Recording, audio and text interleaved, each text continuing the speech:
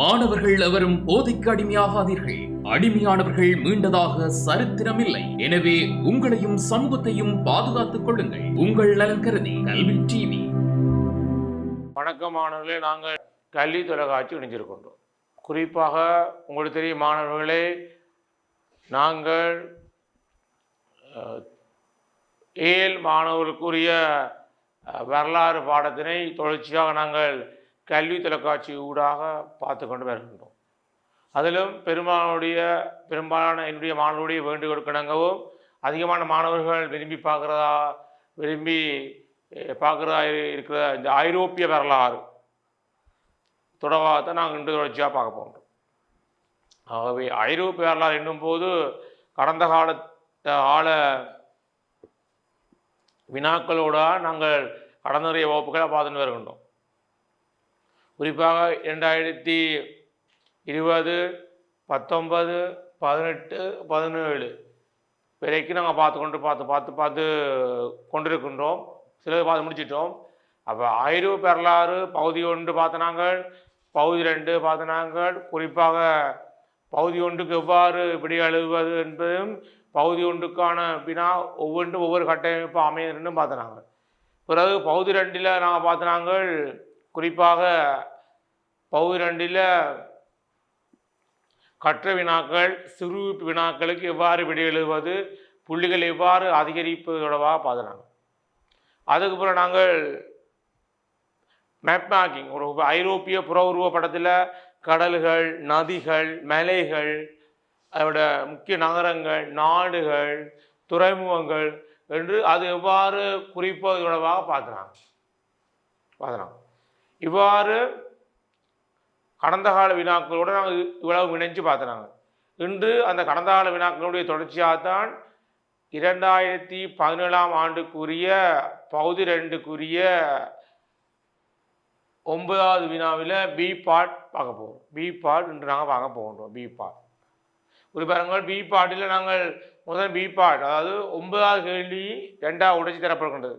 ஏ அல்லது பி கேள்வியில் எழுத வேண்டும். ஏயில் 2 கேள்வி பார்த்துனாங்க. குறிப்பாக பனிப்போர் என்பது என குறிக்கின்றது. ஐரோப்பாவில் பனிப்போர் ஏற்படுத்திய செல்வாக்கை பற்றி பார்த்துனாங்க. பிறகு பி பார்ட்டில் ஏ எடுத்தால் பி எடுக்க தேவையில்லை, பி எடுத்தால் ஏ எடுக்க தேவையில்லை. பி பார்ட்டு 2 செய்ய வேண்டும். நாங்கள் அது கடந்த வகுப்பில் புறகால கிரேக்க கலையும் இலக்கியம் தொடர்பாக பார்த்துனாங்க. அடுத்தது மரமச்சு கால கலைகள் தொடர்பாக பார்த்துனாங்க. அடுத்தது மாற்று சீர்திருத்தம் தொடர்பாக பார்த்துனாங்க. அடுத்தது அமெரிக்கா புரட்சியின் பின்னணி தொடர்பாக கடைசியாக பார்த்து முடிச்சாங்க. இவ்வாறு சிறுகுறிப்பு என்பது ஒரு 6 சிறுகுறிப்பு தரப்பட்டிருக்கின்றது. 2க்கு விடை எழுத வேண்டும். அதில் நாங்கள் இன்று இந்த கடைசி 2ஐயும் பார்த்து முடித்தோம்னு சொன்னால் 2017ஆம் ஆண்டுக்குரிய பகுதி 2ம் பகுதி 1மான கடந்த வினாக்க முடிஞ்சிடும். இப்போ நாங்கள் அடுத்தது போகலாம். பாருங்கள், பிஸ்மார்க்கும் ஜேர்மன் தேசியவாதம் பார்க்க. பிஸ்மார்க்கும் ஜேர்மன் தேசியவாதம் தொடர்பாகத்தான் இன்று நாங்கள் பார்க்க போகின்றோம். பாருங்கள், பி 5வது பாருங்கள்.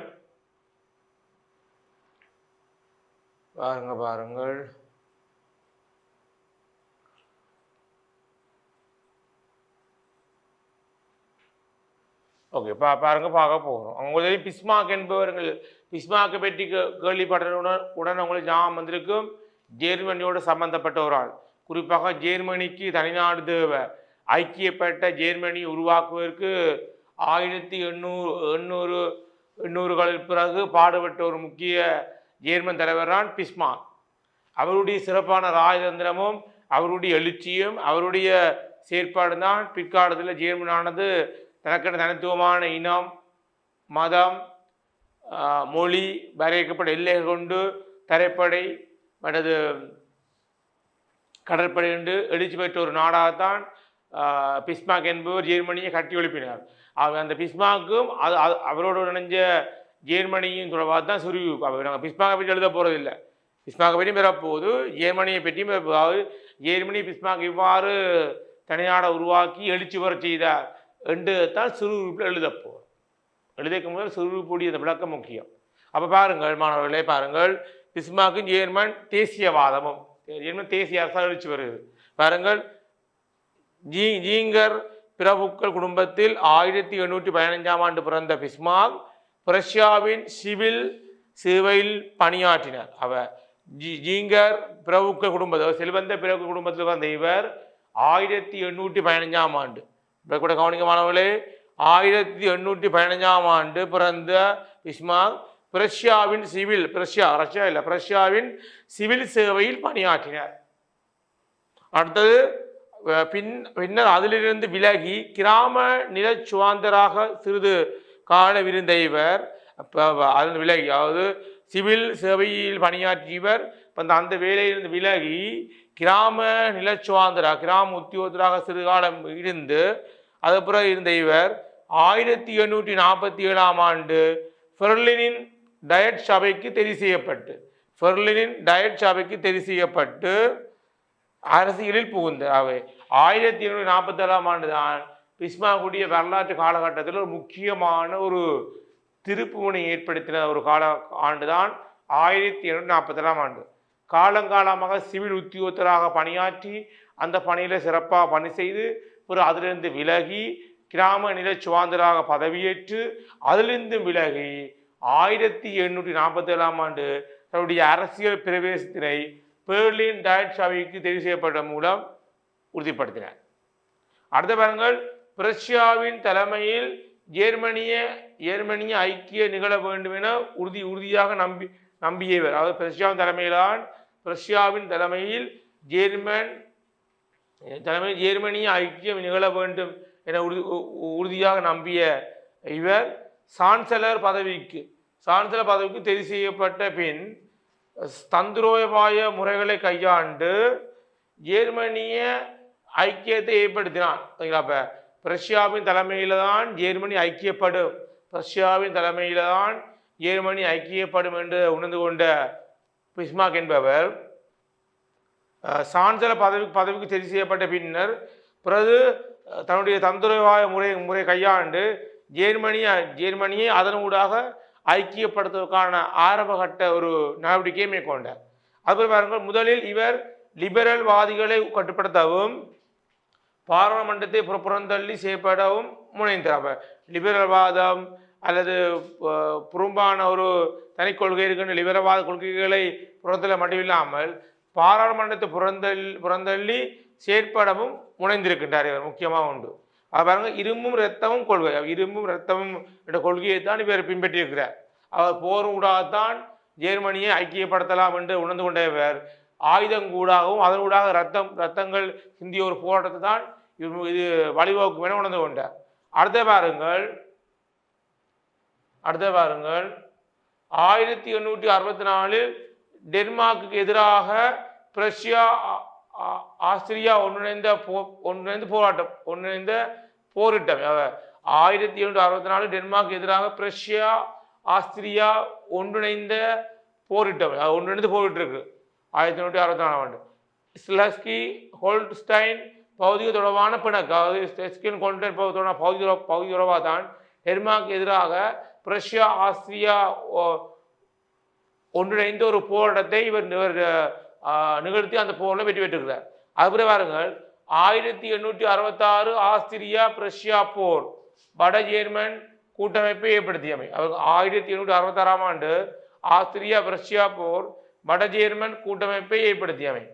அடுத்தது 1870 பிரான்ஸ் பிரஷ்யா போர் தென் ஜெர்மன் அரசுகளை வட ஜெர்மன் அரசுகளுடன் இணைத்து கொள்ளல். அடுத்த பாருங்கள், ஜெர்மனியை ஒன்றிணைத்து ஜெர்மன் பேரரசை ஏற்படுத்தல். படிப்படியாகத்தான் அந்த ஜெர்மனி ஐக்கியப்படுத்ததான் ஒவ்வொரு ஆண்டுகளே நம்முடைய முன்னெடுத்து ஏற்படுத்துகிறார். முதல் பாருங்கள், 1964ஆம் ஆண்டு டென்மார்க்கோட போர் செய்கிறார். பிறகு 1966ஆம் ஆண்டு ஆஸ்திரியா பிரஷ்யா போர் மேற்கொள்ளப்படுது. அடுத்து 1970ஆம் ஆண்டு பிரான்ஸ் பிரஷ்யா போர் தென் ஜெர்மன் அரசுகளை வட ஜெர்மன் அரசுகளுடன் இணைத்தமை. பிறகு இவன் பிரஷ்யாவின் தலைமையில் கீழ் செயற்பாடுகளை மேற்கொண்டு ஜெர்மனியை ஐக்கியப்படுத்தினார். பிரஷ்யாவின் தலைமையில் ஒரு ஐக்கியப்பட்ட ஜெர்மனி உருவாக்குவதற்காக பாடுபட்டு முக்கியமான ஜெர்மனியுடைய தலைவரான் ஒட்டோ பிஸ்மார்க். முழு பேர் ஒட்டோ பிஸ்மார்க். நாங்கள் பிஸ்மார்க் நீங்கள் கேள்விப்பட்டிருப்பீங்க. ஆகவே பிஸ்மார்க்கினுடைய எழுச்சியானது இவ்வளவு காலமும் ஐரோப்பாவில் தேசிய அரசாக எழுச்சி பெறாமல் இருந்த ஜெர்மனியானது பிஸ்மார்க்குடைய ராஜதந்திர செயற்பாடு ஊடாகவும் அவர் பிரஷ்யா தலைமையில் முன்னெடுக்கப்பட்ட போராட்டங்கள் ஊடாகவும் டென்மார்க்கு அதோட வட ஜெர்மன் கூட்டமைப்பை ஏற்படுத்தியமை பொருட்டு பிரான்ஸ் பிரஷ்யா போர் சம்பந்தப்பட்ட போர் ஏற்படுத்தியமை இப்படி பல காரணங்கள் அடிப்படையில் தான் ஜெர்மனி ஐக்கியப்படுத்துவதற்காண்டி தந்திரோபாய முறையில் ஒட்டோ பிஸ்மார்க் என்பவர் ஜெர்மனிக்கு ஒரு தனி நாடு உருவாக்கி ஏனைய ஐரோப்பிய நாடுகளைப் போல ஜெர்மனியின் தேசிய அரசாக எழுச்சி வருவதற்கு மிகவும் வித்திட்ட ஒரு முக்கியமான ஒரு தலைவர் தான் ஒட்டோ பிஸ்மார்க். இதான் முக்கியம். அப்போ ஒட்டோ பிஸ்மார்க்கை பற்றி சுருவி பிறகு நீங்கள் ஜெர்மனி நினைச்சா எழுத போகிறீங்க. அப்போ சுருவிப்பம் இலகுவான விடயம். அதை நீங்கள் அந்த இலகுவான விடயம் என்னும்போது நீங்கள் அதோடவாக ஒரு பூர்ணமான ஒரு கற்பித்தல் இருக்க வேணும். அப்போதுதான் அதுக்கு நீங்கள் கூடிய புள்ளிகளை பெறக்கூடிய இருக்கு வழங்கிட்ட மாணவர்களை பார்த்தாங்க. அடுத்த பாருங்கள் போல்செவிக் புரட்சி. அதோடவா சுருவி பார்க்க போகிறோம். கடைசி 2017ஆம் ஆண்டுக்குரிய கடைசி வினாவில் சுருவி பார்க்க போகிறோம். போல்செவிக் புரட்சி பாருங்கள் நீண்ட கால பின்னணி பார்க்க போகிறோம். பாருங்கள் அவ சர்வதிகார பின்னணி, அதாவது விவசாயிகள் ஏனைய தொழிலாளர்களில் மோசமான பொருளாதார நிலை. 1904 1905 ரஷ்யா ஜப்பான் சண்டையில் ரஷ்யா தோல்வியடைந்தமை. 1905 புரட்சி, அரசியல் திட்டப்படியான ஆட்சி முறையினை சார்மன்னர்கள் சீர்குலைத்தமை. கம்யூனிஸ்டவாதத்தின் எழுச்சி. அடுத்தது முதலாம் உலகப் போரில் யுத்த காலத்தில் ரஷ்யா இராணுவம் தோல்வி கண்டமை. இவ்வாறான காரணிகளால் ஏற்கனவே துன்பத்துக்குள்ளாகி இருந்த மக்கள் மேலும் துன்பத்துக்குள்ளாகினர். அடுத்த விவசாயிகளுக்கு நிலமின்மை, தொழிலாளர்களுக்கு அதிக நேரம் உழைப்பு, குறைந்த ஊழியம். இவ்வாறான பின்னணியில் சமாதான நிலம் உணவு என்ற கோஷம் எழுப்பப்பட்டது. அடுத்தோட V.I. லெனின் தலைமையில் போல்ஷெவிக் அணியினர் பலம் அடைந்தனர். 1917ஆம் ஆண்டு பிப்ரவரியில் ஏற்பட்ட புரட்சியினால் தற்காலிக அரசொன்றை நிறுவினர். எனினும் அது சேர்த்திறனின்றி காணப்பட்டது. அடுத்த இதனால் 1917 அக்டோபரில் லெனின் தலைமையிலும் வழிகாட்டுதலிலும் போல்ஷெவிக் புரட்சி வெற்றி அடைந்தது. பார்த்தோம். அவை போல்ஷெவிக் புரட்சி ஒரு தெரியும். ரஷ்யாவில் 1917ஆம் ஆண்டு அங்கே இருக்கின்ற சார்மர்களுக்கு எதிராகவும் அவர்களுடைய பிரபுத்துவ ஆட்சி முறைக்கு எதிராகவும் ரஷ்யாவில் வாழ்கின்ற சாதாரண ஏழை குடி மக்கள் உணவு வேணும், நிலம் வேணும், சமாதானமான ஒரு நிம்மதியான வாழ்க்கை வேணும் என்ற கோட்பாடை முன்னிலைப்படுத்தி 1917ஆம் ஆண்டு மிகப்பெரிய ஒரு புரட்சி ஒன்றை மேற்கொண்டதாகவும் அந்த புரட்சியின் முடிவில் போல்ஷெவிக் மெல்ஷெவிக் எனப்பட்ட 2 கட்சிகள் தோற்றமற்றதாகவும் சொல்லப்படுகிறது. அதில் போல்ஷெவிக் புரட்சியை பற்றி தான் இதில் கேட்கப்பட்டிருந்தது. அந்த புரட்சி லெனின் V.I. லெனின் தலைமையில் போல்ஷெவிக் புரட்சி ஆரம்பித்தாகவும் பிற்காலத்தில் 1917ஆம் ஆண்டு அக்டோபரில் லெனின் தலைமையிலான அரசாங்கம் ரஷ்யாவில் ஆட்சி உரிமையை பெற்றதாகவும் சொல்லப்படுகின்றது. அதோட பார்த்தா இப்போ பார்க்கப்போம். பாருங்கள் சர்வதிகார பின்னணி. அவங்க தெரியும் போல்ஷெவிக் புரட்சி ஏற்படுவதற்கு ரஷ்யாவில் காலங்காலமாக குறிப்பாக மானிய முறை சமுதாயம் 1917ஆம் ஆண்டு அதுக்கு முற்பட்ட காலத்தில் தொடர்ச்சியாக மானிய முறை சமுதாயமானது நிலத்தை அடிப்பை கொண்டும் நிலத்தினுடைய வரியை அடிப்பை கொண்டும் சாதாரண மக்கள்கிட்ட பிரபுக்களும் மன்னர்களும் கத்தோலிக்க திருச்சபைமார்களும் வரி வேண்டினம். அவை சர்வதிகார ஆட்சியை சார்மன்னர் மேற்கொண்டு விரைக்க அந்த ஆட்சிக்கு எதிராக கிளர்ந்தெழுந்த ரஷ்ய மக்கள் மேற்கொண்ட புரட்சியா ரஷ்யா புரட்சி வர்ணிக்கப்படுகிறது. அதான் சர்வதிகார பின்னணி. அதோட விவசாயிகள் ஏழை தொழிலாளர்களின் மோசமான பொருளாதார நிலை. அதாவது சார்மன்னர்கள் மக்கள்கிட்ட வரி வேண்டுகிறார்கள், விவசாயிகள் துன்புறுத்துகிறார்கள். விவசாயிகளையும் தொழிலாளர்களையும் கட்டாயப்படுத்தி 1914ஆம் ஆண்டு ஆரம்பிக்கப்பட்ட முதலாம் உலகமா யுத்தத்துக்கு அனுப்புகின்றார்கள். அதோட விவசாயிகள் யுத்தத்துக்கு போனபடியால் நாட்டில் உணவு பஞ்சம் ஏற்படுது, நாட்டில் உணவு இல்லை, அதால் பசிப்பட்டினி ஏற்படுது. அதோட தொழிலாளர்களுடைய மோசமான நிலை, தகுந்த சம்பளம் இல்லை, தகுந்த ஓய்வூதியம் வழங்கப்படவில்லை. அவர்களையும் சார்மன்னர் கட்டாயப்படுத்தி ஐரோப்பாவில் ஆரம்பித்த முதலாம் உலகத்துக்கு அனுப்பிட்டாங்க. இதால சார் மன்னர்களுக்கு எதிராக விவசாயிகள் ஏனைய தொழிலாளர்கள் எல்லாம் தமக்கு நிலம் வேண்டும், உணவு வேண்டும், சமாதான வாழ்க்கை வேண்டும் என்ற கோட்பாட்டை முன்னிலைப்படுத்தி பாரி ஒரு புரட்சி ஒன்றை முன்னெடுக்கின்றார்கள். அதான் விவசாயிகள் ஏனைய தொழிலாளர்களே மோசமான பொருளான நிலை. விவசாயிகளை துன்புறுத்துறது, அவர் யுத்தத்துக்கு அனுப்புறது, அவர்கிட்ட வரி பண்ணுறது, தொழிலாளர்களையும் துன்புறுத்துறது, அவர்கிட்ட வரி பண்ணுறது மட்டும் இல்லாமல் இடி பிரிவினரையும் யுத்தத்துக்கு அனுப்புறது. அதால் நாட்டில் உணவு பஞ்சம், உடம் மற்றது அன்றாட பொருட்களுக்கான விலை கூடிச்சு, அவர் நாட்டில் பசி பட்டினி பட்ட திண்டாட்டம் எல்லாம் ஏற்பட அதை பொறுத்துக்கொள்ளக்கூடிய மக்கள், குறிப்பாக விவசாய தொழிலாளர்களும் சார்முடைய ஆட்சிக்கு எதிராக பாரிய புரட்சி ஒன்றை ஆரம்பிக்கிறார்கள். அடுத்த வருங்கள் 1904 தொடக்கம் 1905 ரஷ்யா ஜப்பான் சண்டையில் ரஷ்யா தோல்வியடைந்தவை. 1904 தொடக்கம் 1905 வரைக்கும் ரஷ்யா ஜப்பான் சண்டையில் ரஷ்யா தேவையில்லாமல் தலையிட்டு அதில் தோல்வி அடைஞ்சிருக்கு. ரஷ்யா தோல்வி அடைஞ்ச மூலம் ரஷ்யாவில் பாரிய பொருளாதார நெருக்கடி ஏற்படுகின்றது. ஏன்னு சொன்னால் ரஷ்யாவுக்கும் ஜப்பானுக்கும் இடையில, குறிப்பாக ரஷ்யாவுக்கும் ஜப்பானுக்கும் இடையில போர் இடம்பெறுக ரஷ்யாவானது அந்த போரில் தேவையில்லாமல் தலையிட்ட விளைவாக தான் ரஷ்யா பல விளைவு ஏற்படும். குறிப்பாக உணவு பண்டை ஏற்படுகின்றது, பாரிய பொருளாதார நெருக்கடி. உணவு பிரச்சனை ஏற்படுது, உறவு பிரச்சனை ஏற்படுது, மருந்து பிரச்சனை ஏற்படுது, சாகர மக்கள் நிம்மதியாக வாழ முடிய நிலை ஏற்படுது, போர்களால் ரஷ்யாவுடைய பாரிய அழிவு ஏற்படுது. அது பொருளாதார இழப்பு காரணமாக அதனால் பாதிக்கப்பட்ட மக்கள் ரஷ்யாவில் வாழ முடியாமல் உணர்ந்து கொண்டு அதனால் ரஷ்யாவுடைய சார்பனுக்கு எதிராக பாரிய ஒரு புரட்சி ஒன்றை நீண்டாள் அடிப்படையில் முன்னெடுத்திருக்கிறார்கள். அடுத்தவர்கள் அரசியல் திட்டப்படியான ஆட்சி முறையினை சார் மன்னர்கள் சீர்குலைத்தவை. அரசியல் திட்டப்படியான ஆட்சி முறையினை சார் மன்னர்கள் சீர்குலைத்தவை. திட்டப்படியான ஒரு ஒழுங்கான ஆட்சி முறையை அங்கே ஆட்சி சார் மன்னர்கள் தங்களுடைய சர்வ ஆட்சியை வெளிப்படுத்த, குறிப்பாக சொன்னது போல மக்களை துன்புறுத்துறது, நிலைமான சமுதாய அடிப்படையில் மக்கள்கிட்ட வரி பண்ணுறது, தங்கள் உல்லாச வாழ்க்கை வாழ்றது. அங்கே சார்பனுக்கு அடுத்தாக பிறவுக்கள் இருப்பார்கள். பிறவுக்களுக்கும் மக்கள் வரி செலுத்த வேண்டும். பிறவுக்களுக்கு இருக்கிற நிலங்கள்லாம் சாகர மக்கள் சுயோதய பொருளாதாரம் செய்ய வேண்டும். பண்டமாட்டு பொருளாதாரம் இடம்பெறும். அவை சாகர மக்களை பிறவுக்களும் மன்னர்களும் திருச்சபைமார்களும் துன்புறுத்தி நீண்டாள் அடிப்படையில் அவர்களை வருத்தி எடுக்கும்போது அதை பொறுத்துக்கொள்ள முடியாத மக்கள் சார்பனுடைய ஆட்சிக்கு எதிராகவும் பிறகுடைய கொள்கைக்கு எதிராகவும் பாரிய புரட்சி ஒன்றை மேற்கொண்டு நாங்கள் காணக்கூடிய இருக்கின்றது. பார்க்கலாம். அடுத்த பாருங்கள், கம்யூனிஸ்டியவாதத்தில் எழுச்சி. கம்யூனிஸ்டியவாதம் என்றால் சார்பனர்கள் கொடிய சர்வதிகார ஆட்சி மேற்கொள்ளபடியால் அதுக்கு எதிராக கம்யூனிஸ்டியவாதத்தின் எழுச்சி காரணமாக அங்கே பிற்காலத்தில் பிஜேபியின் எழுச்சி வருகின்றனர்.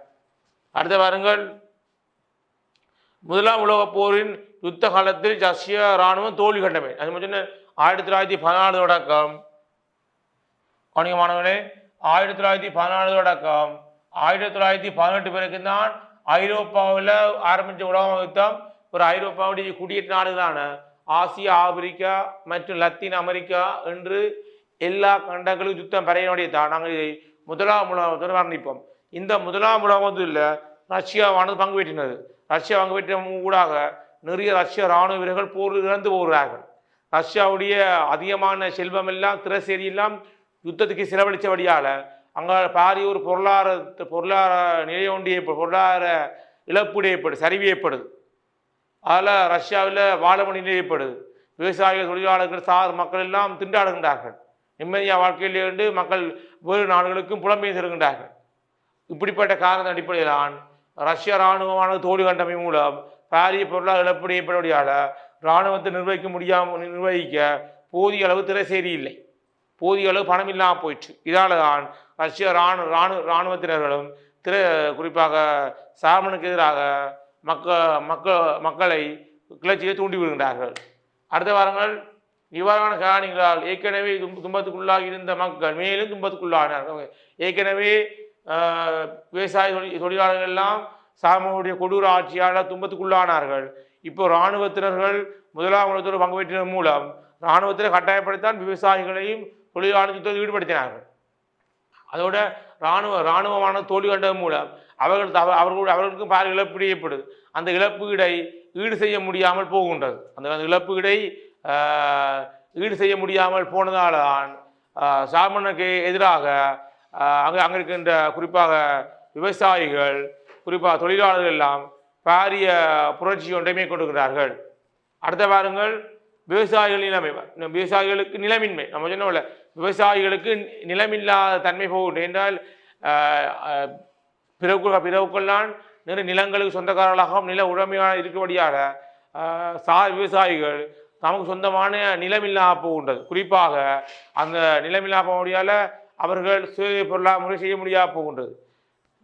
பிறவுக்களுக்கு இருக்கிற நிலங்களில் விவசாயம் செய்தாலோ அல்லது தாங்கள் விரும்பிய தொழில் செய்தாலோ அதுக்கு மன்னனுக்கு வரி கொடுக்க வேண்டும், பிறவுக்களுக்கு வரி கொடுக்க வேண்டும், திருச்சாவை வரி கொடுக்க வேண்டும். இது மக்களால் காலப்போக்கில் பொறுத்து கொள்ள முடியல. இப்படிப்பட்ட ஒரு தன்மையும் இப்படிப்பட்ட சூழ்நிலையும் தான் ரஷ்யா மக்களை புரட்சியின்பால் இட்டு சென்றதாக ரஷ்யா எழுத்தாளர் சொல்கிறார்கள். அடுத்த பாருங்கள், தொழிலாளர்களுக்கு அதிக நேரம் உழைப்பு குறைந்த ஊதியம். தொழிலாளர்கள் அல்லது ஊழியர்கள் எல்லாம் அதிக நேரம் வேலை செய்ய விடணும், ஆனால் குறைந்த ஊதியமும் அவர் துன்பத்துக்குள்ளான வாழ்க்கை முறையும் அவர்கள் அன்றாட வாழ்க்கையை கொண்டு நடத்துவதற்கு கடினமான சூழல் காணப்பட்டமையும் ரஷ்யா புரட்சி ஏற்பட பிற்காலத்தில் போர்ட்சேவ் புரட்சிக்கு வழிவகுத்தது. அடுத்த இவ்வாறான பின்னணியில் சமாதானம் நிலம் உணவு என்ற கோஷம் எழுப்பப்பட்டது. சமாதான வாழ்க்கை வேணும், வாழ நிலம் வேணும், அடுத்து முக்கியமாக உணவு வேண்டும். உணவு இல்லை, வாழ முடியல. நிலம் இல்லை, இருப்பிடம் இல்லை. உணவில்லாத பசி பட்டினால் வாழணும். நிலம் இல்லாட்டி எங்கே இருக்கிறது, வாழ முடியாது. சமாதானம் இல்லை, எப்போது யுத்தம் இடம்பெறுது, போர் இடம்பெறுது. எப்போ பார்த்தாலும் கிளர்ச்சிகளும் யுத்த சத்தங்களும் ரஷ்யாவில் எதிரொலிக்கிறது. இப்படிப்பட்ட சூழ்நிலைதான் சார்மனுடைய கொடூர ஆட்சிக்கு எதிராகவும் குறிப்பாக சர்வதிகார ஆட்சிக்கு எதிராக ரஷ்ய மக்கள் பாரிய புரட்சி ஒன்றை மேற்கொண்ட நாங்கள் காணக்கூடிய இருக்கின்றது. அடுத்த பாருங்கள், பிஜே லெனின் தலைமையில் போல்செவிக் அணியினர் பலம் அடைந்தனர். பிஜே லெனின் தலைமையில்தான் போல்செவிக் புரட்சி ஒன்றை ஆரம்பிக்கப்பட்டது. இப்படிப்பட்ட சூழ்நிலை தான் குறிப்பாக ரஷ்ய இராணுவம் தோல்வியடையுது, மக்கள் உணவு பஞ்சத்தாலேயும் தொழிலாளர்கள் உணவு பஞ்சத்தாலும் பாடுது, வாழ நிலமில்லை, கடுமையான பொருளாதார நெருக்கடி, கடுமையான சூழ்நிலைகள் இடம்பெறுது. இப்படிப்பட்ட சூழ்நிலையில்தான் மக்களுடைய ஆதரவோட பிஜே லெனின் என்பவன் ஒரு படை ஒன்றை திரட்டி ஒரு ஒரு கட்சி ஒன்றை உருவாக்குறான். அந்த கட்சிக்கு பேர் பாருங்கள் போல்செவிக் கட்சி அணியினர் தோற்றம் பெறுகின்றார்கள். அப்போ பிஜே லெனின் தான் போல்செவிக்குடைய முதலாவது தலைவராக உதயமாகின்றார். அடுத்த பாருங்கள், 1917ஆம் ஆண்டு பிப்ரவரியில் ஏற்பட்ட புரட்சியால் தற்காலிக அரசு ஒன்றை நிறுவினர். ஒரு 1917ஆம் ஆண்டு பிப்ரவரியில் ஏற்பட்ட புரட்சியால் தற்காலிக அரசு ஒன்றை நிறுவினர். எனினும் அது சேத்திரனின்றி காணப்பட்டது. தற்காலிக அரசு நிறுவப்பட்டிருக்கு. பிஜே தலைமையில் சாரனுடைய ஆட்சி ஒளி குடிக்கப்பட்டு தற்காலிக அரசு ஒன்று நிறுவப்பட்டிருந்தாலும் ஆனால் அது முழுமையான ரஷ்யாவில் இருக்கின்ற மக்களுடைய ஆதரவோடு நிறுவப்பட்ட அல்ல. தற்காலிகமாக சார்மனுடைய ஆட்சிக்கு எதிராக அவருடைய சர்வதிகார நிர்வாக முறைக்கு எதிராகத்தான் தற்காலிகமாக பிஜே அந்த ஆட்சி பொறுப்பேற்றி கொண்டு நடத்திருக்கின்றார். அடுத்த வாருங்கள், இதனால் 1917 அக்டோபரில் லெனின் தலைமையிலும் வழிகாட்டுதலிலும் போல்செவிக் புரட்சி வெற்றி அடைந்தது. அப்போ தற்காலிகமாக ரஷ்யாவில் ஆட்சியை பொறுப்பேற்ற பிஜே லெனின் மக்களுடைய ஆதரவோடையும் அங்கு இருக்கின்ற கல்வி கேட்ட செல்வந்த வகுப்பினருடைய ஒத்துழைப்போடையும் போல்செவிக் தலைமையில் போல்செவிக் எனப்படுகின்ற ஒரு புரட்சி ஒன்றை ஏற்படுத்தி பிறகு அதில் வெற்றி பெற்று பிற்காலத்தில் ரஷ்யாவில் சார்மனுடைய ஆட்சி முடிவு கொண்டு வரப்பட்டு விவசாயிகளையும் தொழிலாளர்களையும் உள்ளடக்கி சோவியத் மண்டலம் என்ற ஒரு அரசை ஒன்று உருவாக்கி ரஷ்யாவில் ஆட்சி பொறுப்பை ஏற்ற ஒரு தலைவரான் பிஜே லெனின் சொல்லுவார். பிஜே லெனினுடைய எழுச்சியும் அவருடைய செயற்பாடும் தான் பிற்காலத்தில் ரஷ்யாவில் சார்மனுடைய ஆட்சி முடிவு கொண்டுவரப்படுது. குறிப்பாக சர்வதிகார கொடூர ஆட்சி முடிவு கொண்டுவரப்பட்டு சுயாதீனமான மக்கள் ஆட்சி இடம்பெறுவதற்கு பிஜேனுடைய பங்களிப்பு முக்கியமான வாய்ந்ததாக சொல்லப்பட்டு வருகின்றது.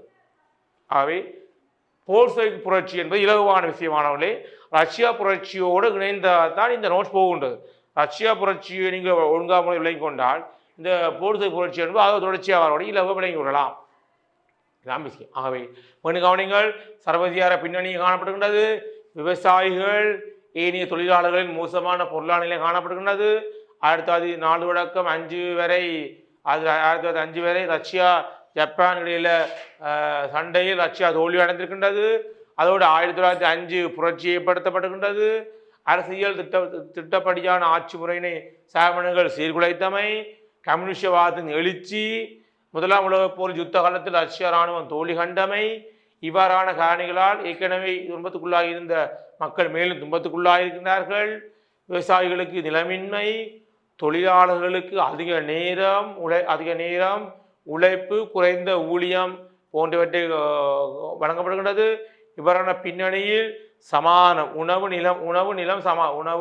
நிலம் சமாதானம் என்ற அடிப்படையில்தான் ரஷ்யா இருக்கின்ற சார்பனுக்கு எதிராக, குறிப்பாக பிரபுத்துவ ஆட்சிக்கு எதிராகவும் மானிய முறை பொருளாதாரத்துக்கு எதிராகவும் அங்கிருக்கின்ற மக்கள் நிலம், உணவு, சமாதானம் வேண்டும் என்ற கொள்கையின் அடிப்படையில் மேற்கொள்ளப்பட்ட புரட்சியத்தை நாங்கள் ரஷ்யா புரட்சி என்று வர்ணிப்போம். அடுத்து பாருங்க, விஜே லெனின் தலைமையில் போல்செவிக் அணியினர் பலம் அடைந்தனர். அடுத்த பாருங்கள், 1917ஆம் ஆண்டு பிப்ரவரியில் ஏற்பட்ட புரட்சியால் தற்காலிக அரசுடன் நிறுவினர். எனினும் அது சேர்த்தின்றி காணப்பட்டது. தற்காலிக அரசு நிறுவப்பட்டாலும் அது சேர்த்தின்றி ஒரு ஒழுங்கற்ற நிர்வாகம் காணப்பட்டிருக்கிறது. ஆனால் 1917ஆம் ஆண்டு அக்டோபரில் ஏற்பட்ட புரட்சி, அக்டோபர் புரட்சியால் ரஷ்யா புரட்சி பிறகு லெனின் தலைமையிலான அரசாங்கம் ரஷ்யாவில் ஆட்சி பொறுப்பை பெற்ற ஊடாக ரஷ்யாவில் சாமனுடைய ஆட்சி முடிவு கொள்ளப்பட்டது. இவ்வாறு சுருவிப்படுவது என்பது இலகுவான ஒரு விடயமானவர்களை நீங்கள் சரியான முறையில் வினை கொண்டு அந்த சுருவிபேத்தா போல விடைகள் தொகுத்தோ அல்லது முழுமையாக கொடுக்கின்ற போதுதான் நீங்கள் முழுமையான ஒரு புள்ளியை பெறக்கூடிய இருக்கும். ஒரு தெரியும், பெரிய கேள்விக்கு 16 புள்ளி வழங்கப்படும் ஒரு பெரிய காற்று வினாக்களுக்கு. சுருவிப்பட சொன்னால் ஒரு சுருவிப்பு 8 புள்ளி, 2 சுருவி 16 புள்ளி, இப்படி தான் புள்ளி வழங்கப்படுகிறது. அவை நீங்கள் எடுக்கிற ஒவ்வொரு புள்ளிகளும் உங்களுடைய பரீட்சைகளில் பெறுவரையும் உங்களுடைய சர்க்கோருடைய ஒரு பெறுவரையும் தீர்மானிக்கும். என்ற 3 பாடம் எடுக்க கட்டாயம். அதில் வரலாறு ஒரு பாடம் எடுக்கிற மாணவர்களுக்கு மிகவும் வரலாறு ஒரு பாடம் உங்களுக்கு ஒரு வாழ்க்கை மாற்றத்தை ஏற்படக்கூடிய ஒரு பாடம். குறிப்பாக பல்கலைக்கழக அனுமதியாக இருக்கலாம், அல்லது தேசிய கல்லூரியாக இருக்கலாம், அல்லது வெளியில் பிற கற்க நிலையங்களில் நீங்கள் வெளிவாரிய பட்டங்கள் முடிக்கிற போது இருக்கலாம். போன்ற பல விடயங்களுக்கு இந்த வரலாறு பாடம் என்பது ஒரு முக்கிய வாய்ந்த ஒரு பாடமாக சொல்லப்படுகின்றது. ஆகவே நீங்கள் வரலாறு பாடத்தை விருப்பத்தோட ஒரு ஒழுங்கான முறையில் கற்கின்ற போதுதான் அதனுடைய தன்மையை நீங்கள் விளங்கிக் கொள்ளக்கூடிய இருக்கும். ஆகவே நாங்கள் இன்று 2017ஆம் ஆண்டுக்குரிய ஐரோப்பிய வரலாறு தொடர்பான பகுதி 1 வினாக்களை பார்த்துனாங்க. பகுதி 1 வினாக்களையும் பார்த்து நாங்கள் முதலையும் பகுதி 1 40 MCQ, அந்த 40 MCQ எவ்வாறு விடை எழுத வேண்டும் என்பது தொடர்பாக நாங்கள் முழுமையாக பார்த்து முடிச்சிருக்கின்றோம். அதுபோல் பகுதி 1 முக்கியமானவர்களே, பகுதி 1 தான் பெரும்பாலான மாணவர்கள் அந்த குறைந்த புள்ளிகளை எடுப்பதற்கு காரணமாகின்றது. என்றால் பகுதி 9 என்பது ஒவ்வொரு கட்டமைப்பு நீங்கள் சரியான முறையில் இலக்கத்தை அடைப்புக்குள் போடுகின்ற போதுதான் புள்ளிகளை இலகுவாக பெறலாம். ஆகவே நீங்கள் பகுதி 1க்கு நீங்கள் புள்ளிகளை பெறுவது என்பது மிகவும் கடினமாக இருக்காது. ஏன்னு சொன்னால் அதுக்கு நாங்கள் பயிற்சி புத்தகம் இருக்கின்றது, கடந்த கால வினாக்கள் உடைய பயிற்சி புத்தகம் அல்லது பகுதி 1 வினாக்கள் பயிற்சி புத்தகம் இருக்கின்றது. என்னுடைய மாணவர்களுக்கு நாங்கள் அதை கொடுக்கின்றோம். அதை கொடுத்து நாள்தோறும் வகுப்பில் அது தொடர்பாக ஒவ்வொரு நாளும் ஒரு 5 கேள்வி அல்ல 10 கேள்வியாக தொடர்ச்சியாக பயிற்சி ஊடாக பிள்ளைகளுக்கு அந்த பகுதி 1 தொடர்பான வினாக்கள் இலகுவான முறையில் பிடித்து கொள்வார்கள். அப்படி தான் பார்த்துட்டு வருகின்றோம். ஆகவே நீங்கள் பகுதி 1க்கு ஒரு 40 குறைந்த ஒரு 35 மேல் சரி எடுத்துக்கின்றால் உங்களுக்கு பெறுவரை தரக்கூடியதாக இருக்கும். அது இலங்கை வரலாறு இருக்கலாம், ஐரோப்பிய வரலாறு இருக்கலாம். அதுபோல் மேப் மார்க்கிங் பெரும்பாலான மாணவர்கள் பகுதி 1க்கு அடுத்ததாக பெரும்பாலும் மேப் மார்க்கிங் தான் பெரும்பாலான மாணவர்கள் பிளவிடுகின்றார்கள். சரியான முறையில் இடம் கண்டு சரியான முறையில் இடங்களை குறிக்கின்ற போதுதான் அந்த புள்ளிகள், குறிப்பாக 12 இடங்கள் குறிக்க வேண்டும் வரும்போது சரியான முறையில் குறிக்கின்ற போது பாருங்கள் சரியான முறையில் புள்ளி வரும். இந்த மேப்பாகி தான் ஐரோப்பிய புற உருவ படம் இவ்வாறு தரப்படும். அந்த ஐரோப்பிய புற உருவ படத்துக்கு ஏற்றால் போல நீங்கள் என்ன செய்யணும், விட எழுத வேண்டும் என்பதை இங்கு கவனிக்க வேண்டும். அவை ஐரோப்பிய புற உருவ படம் இவ்வாறு அமைந்திருக்கின்றது. இடங்கள் இவ்வாறு குறிக்கப்படுகின்றது. அந்த நதிகள் இந்த முறை குறிக்கணும், கடல்கள், அதோட மலைகள், அதோட துறைமுகங்கள், நாடுகள் என்று ஒவ்வொரு முறையில் குறிக்கின்ற போதுதான் சரியாக நீங்கள் 12 குறித்தால் 12 புள்ளி வந்துவிடும். பிற பகுதி 2 தெரிவிக்கின்றது. பி பாடல ஒரு கேள்வி, சி பாடல ஒரு கேள்வி எடுக்க வேண்டும், குறைந்த ஒரு கேள்வி, முதல் 4 எடுக்க வேண்டும். பியில் 2 கேள்வி எடுக்கலாம், சியில் 1 எடுக்கலாம், அல்லது சியில் 2 கேள்வி எடுக்கலாம், பியில் 1 கேள்வி எடுக்கலாம். ஆனால் மொத்தம் 4 எடுக்க வேண்டும். இவ்வாறு தான் தரப்ப வேண்டும். அவை நீங்கள் ஒழுங்கான முறையில் சரியான முறையில் படிக்கின்ற போதுதான் உங்களுக்கு வரலாறு பாடம் இலகுவான பாடம் அமையும். தேவையில்லாமல் நிறைய விடயங்களை கற்காமல் பரீட்சைகள் ஏற்றால் போல் தயார்படுத்தி அதுக்கு ஏற்றால் கற்கின்ற போது புள்ளிகளை இலகுவாக பெறலாம். அதோட முக்கியமானவர்களை எந்த ஒரு தேசிய பரீட்சையாக இருக்கலாம், அதுக்கு கடந்த கால வினாக்கள் கட்டாயம் இருக்கும். அது தரம் 5 புலமைப்படுத்த பரீட்சையாக இருக்கலாம், அல்லது ஓஎல் பரீட்சையாக இருக்கலாம், அல்லது ஏஎல் பரீட்சையாக இருக்கலாம், அல்லது போட்டி பரீட்சையாக கூட இருக்கலாம். அதுக்கு பெரும்பாலும் கடந்த கால வினாக்கள் இருக்கும். அந்த கடந்த கால வினாக்கள் செய்கின்ற போதுதான் எவ்வாறு கேள்வி கேட்கின்றார்கள், நாங்கள் படித்த வினாக்களுக்கும் கேட்கப்பட்ட கேள்விக்கு சம்பந்தம் இருக்குதா, அல்லது நாங்கள் படித்ததை விட வேறு கேள்வி வருதா, அல்லது நாங்கள் விடை அந்த கடந்த கால வினாக்களுடைய விடை கேள்வியும் விடையும் பார்க்கின்ற போது குறிப்பாக விடையை பார்க்கின்ற போது நாங்கள் இந்த நோட்ஸுக்கும் நாங்கள் படிக்கிற நோட்ஸுக்கும் பரீட்சைகளில் குறிப்பாக கடந்த கால வினாக்களுக்கு இருக்கிற விடைகளுக்கும் சம்பந்தம் இல்லாமல் இருக்கா என்று நாங்கள் பார்க்க வேண்டும். அப்போது தான் நாங்கள் சரியான முறையில் பயணிக்கிறோமா, அல்லது நாங்கள் தவறாக வேறு விடயங்களை கற்காமல் அந்த சிலபஸ் உட்பட இருக்கிறோமா எங்கள் விளங்கி கூட இருக்கும். அதோட கடந்த கால வினாக்கள் செய்கின்ற போது ஒரு நன்மை, நாங்கள் கற்கின்ற விஷயங்களோட விடயங்களோட கேள்வி கேட்கின்றதான்னு பார்க்கலாம். மற்ற முக்கியமான மாணவர்களே, குறிப்பாக கடந்த கால வினாக்கள் செய்கின்ற பொருளை குறைந்தது திறமை சித்தியை குறிப்பாக பி சித்தியாக கடந்த கால வினாக்கள் செய்தாலே நீங்கள் பி சித்தியை பெற்றுக்கொள்ளலாம். ஏன்னா கடந்த கால வினாக்கள்லாம் பரிச்சை தொடர்ச்சியாக போடுகின்றாங்க. போட்ட கேள்வி திரும்ப போடுறபடியாக நீங்கள் கடந்த கால வினாக்கள் செய்தாலே நீங்கள் 60 கூட மார்க்ஸ் எடுத்து போடலாம். அதுக்கு மேலே நீங்கள் தார நோட்ஸ்களை படிக்கின்ற போது மேப் மார்க்கிங் பகுதி ஒன்றெல்லாம் தரமாக செய்கின்ற போது நீங்கள் A+ அல்ல A திருச்சிக்கு மேலே புள்ளிகளை பெறக்கூடிய இருக்கும். அவை கடந்த கால வினாக்கள் என்பது அது எந்த பரீட்சையிலும் செய்ய வேண்டும். அப்போதுதான் நீங்கள் ஒரு திருப்தியாக முழுமையாக பரீட்சைகள் எதிர்கொள்ளக்கூடிய இலகுவான தன்மையாக இருக்கும். இல்லை கடந்த கால வினாக்கள் செய்யாது நீங்கள் பரீட்சைகள் எதிர்கொள்வீர்களாக இருந்தால் உங்களால் பரீட்சைகளை முழுமையாக எதிர்கொள்ள முடியாது. குறைந்த உள்வி வரும். எவ்வளவுதான் படித்திருந்தாலும் தார நோட்ஸை படித்திருந்தாலும் அந்த நோட்ஸை படித்திருந்தாலும் கடந்த கால வினாக்களை செய்யாது போகின்ற போது நீங்கள் திறமை சித்தியை பெறுவது கடினமாக இருக்கும். ஏனென்றால் கடந்த கால வினாக்கள்லாம் திருப்ப பரீட்சைகளில் கேட்கின்றார்கள். அவை புதுசாக கேட்கப்பட்ட கேள்விகள் மிக குறைவு. அப்போ கடந்த கால வினாக்கள் செய்கின்ற போது அதில் ஒரு பயிற்சியாக இருக்கும். நான் நோட்ஸ் படித்து வச்சுருக்கோம். 2 வினைகின்ற போது திறமை சித்தியை பெற்றுக்கொள்ளக்கூடிய இருக்கும். அவை கடந்த கால வினாக்களில் நாங்கள் செய்கிறோம். உங்கள் மாணவர்கள் விருப்பத்துக்கு இணங்க என்னுடைய மாணவர் விருப்பத்துக்கு இணங்க கடந்த கால வினாக்களை தான் நாங்கள் தொடர்ச்சியாக பார்த்துன்னு வரணும். ஆகவே இன்று நாங்கள் 2017ஆம் ஆண்டுக்குரிய கடந்த கால வினாக்கள் நாங்கள் பார்த்து முடிச்சிருக்கின்றோம். இன்னும் ஒரு ஆண்டுக்குரிய பார்த்து முடிச்சா உங்களுக்கு அந்த முழுமையாக ஒரு 5-6 வருஷ பேப்பர் முடிச்சுதா இருக்கும். ஆகவே அது நாங்கள் 2017ஆம் ஆண்டுக்குரிய கடந்த கால வினாக்கள் நாங்கள் அடுத்த பார்க்க போகிற மாணவர்களே, தொடர்ச்சியாக நீங்கள் டான் டிவியினுடைய கல்வி தொலைக்காட்சி இணைஞ்சிருப்போடாத நாங்கள் கடந்த கால வினாக்களோடு பயணித்து உங்களுடைய பெருபேற்றினை திறமை சித்திகள் அடிப்படையில் கொண்டு வரலாம் மாணவர்களே. நன்றி, வணக்கம் மாணவர்களே. கல்வி டிவியில் புத்தம்புது நிகழ்ச்சிகளை உடனுக்குடன் பார்த்து மகிழ எமது Facebook மற்றும் YouTube பக்கத்தை லைக் செய்யுங்கள்.